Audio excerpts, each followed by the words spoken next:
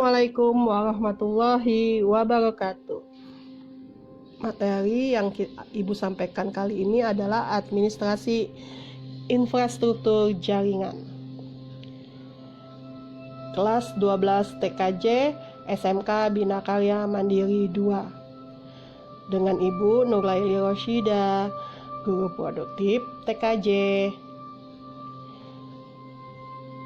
Keuntungan VLAN. Keuntungan VLAN itu ada 6 yang telah kita sampaikan pada materi sebelumnya yang menjadikan tugas bagi kalian. Kita bahas satu-satu ya. Security. Security adalah keamanan yang dapat dibuat sendiri. Berarti VLAN dapat membuat keamanannya sendiri. Cost reduction adalah tidak diperlukannya biaya yang mahal. High performance mengurangi lalu lintas paket. Broadcast room mitigation, pembagian jaringan ke dalam VLAN. Improve IT, pengguna yang membutuhkan sumber daya yang dibutuhkan untuk berbagi. Simple project, penggabungan pengguna dan peralatan jaringan. Itulah keuntungan VLAN. Bagaimana dengan kalian tugasnya? Tentunya bisa semua dong ya. Oke, selanjutnya adalah Mode Default Switch VLAN. 1. Statis VLAN yang dikonfigurasikan secara manual. 2. Dinamis VLAN yang dikonfigurasikan menggunakan server khusus. 3. Voice VLAN yang dikonfigurasikan menjadi mode voice. Nah, ini gambarnya switch. Selanjutnya, pengertian switch, sebuah alat yang menjalankan penghubung dengan melihat alamat MAC. Jenis-jenis switch, ATM switch, ISDN switch, DSL. Ethernet switch. Fungsi switch mencari jalur yang sangat baik dan optimal serta memastikan pengiriman paket data yang efisien. Fungsi switch menerima paket data pada suatu port lalu akan melihat MAC, media access control. Switch terdapat 2 jenis link. Yang pertama, access link menggunakan port switch yang sudah terkonfigurasi mendukung teknologi Ethernet biasa 10 Mbps sampai pas Ethernet 100 Mbps. Trunk link digunakan untuk menghubungkan switch dengan switch lain, switch dengan router, switch dengan server. Selanjutnya, jenis-jenis VLAN. Ada 5. 1. Port base. Dengan melakukan konfigurasi pada port dan memasukkannya pada kelompok VLAN sendiri. MAC base. Pengelompokan pada jenis ini didasarkan pada MAC address.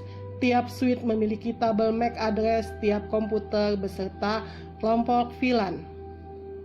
Protokol base. VLAN bekerja pada layer 2 OSI, maka penggunaan protokol sebagai dasar VLAN dapat dilakukan. IP subnet address base. Selain bekerja pada layer 2, VLAN dapat bekerja pada layer 3, sehingga alamat subnet dapat digunakan sebagai dasar VLAN. Authentication base. Komputer bisa diletakkan secara otomatis di dalam jaringan VLAN yang didasarkan pada autentifikasi user.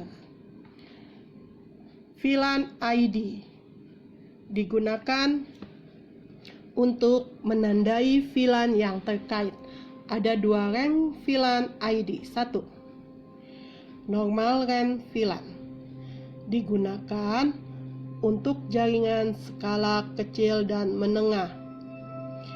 Nomor ID 1002 sampai dengan 1005 dicadangkan untuk token dan FDDI VLAN. ID 1 yang termasuk pada 1002 dan 1005 secara default sudah ada dan tidak dihilangkan. Konfigurasi disimpan di dalam file database VLAN. Normal RAN VLAN menyimpan dalam file database VLAN. 2. Extended RAN VLAN dibutuhkan untuk perusahaan skala besar yang membutuhkan jumlah VLAN lebih dari normal.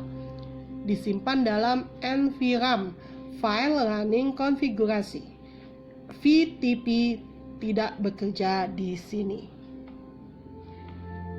Selanjutnya adalah terminologi VLAN. VLAN data. VLAN yang dikonfigurasikan hanya untuk membawa data-data yang digunakan oleh user. VLAN default. VLAN default untuk suite Cisco adalah VLAN 1. VLAN 1 tidak dapat diberi nama dan tidak dapat dihapus. Native VLAN. Port trunking 8021 key mendukung lalu lintas jaringan yang datang dari banyak VLAN. Sama baiknya dengan yang datang dari sebuah VLAN. VLAN manajemen. IP address dan subnet mask pada VLAN manajemen sehingga suite dapat dikelola melalui HTTP, Telnet, SSH, SNMP.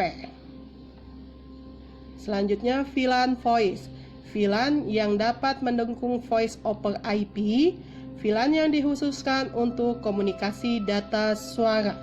Itulah yang termasuk dalam terminologi VLAN. Selanjutnya, tipe koneksi VLAN. 1. Trunk link. 2.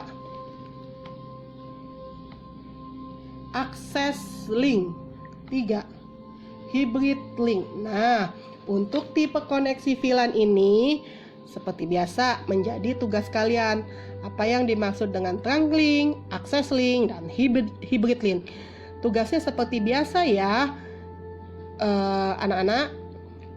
Ini menjadi tugas kalian. Selanjutnya, prinsip kerja VLAN.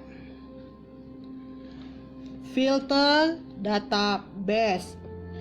Filtering database itu terdiri dari 2, static dan dinamik. Yang termasuk dalam static adalah static filtering entries, static registration entries. Itulah yang termasuk dalam static entries. Static filtering entries adalah menspesifikasikan apakah suatu data itu akan dikirim atau dibuang atau dimasukkan ke dalam dynamic entries. Yang dimaksud dengan static registration entries adalah menspesifikasikan apakah suatu data itu akan dikirim ke suatu jaringan VLAN dan port yang bertanggung jawab untuk jaringan VLAN.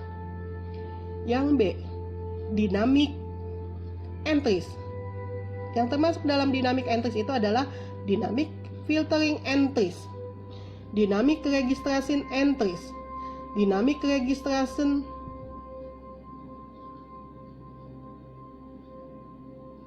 entries. Dynamic filtering entries menspesifikasikan apakah suatu data itu akan dikirim atau dibuang. Menspesifikasikan apakah suatu data yang dikirim ke suatu grup. Selanjutnya, tagging. Saat sebuah data dikirim maka harus ada yang menyatakan tujuan data tersebut. Informasi ini diberikan dalam bentuk tag header. sehingga informasi dapat dikirimkan ke user tertentu saja. Di dalamnya berisi format MAC address. Jenis dari tag header adalah Ethernet Frame Tag Header, B. Token Ring, dan Fiber Distribute. Itulah prinsip kerja VLAN. Cisco Packet Tracer. Nah, untuk Cisco Packet Tracer ini mungkin kalian kelas 11 telah mempelajarinya. Tapi nanti juga kita akan mempelajari Cisco Packet Tracer. Silahkan kalian download aplikasinya, baik yang di PC maupun di mobile. Kalau di PC, kalau kalian yang memiliki PC, entahkah itu laptop, entahkah itu komputer maka kalian silahkan download seperti yang ibu tunjukkan model desktopnya, model PC-nya.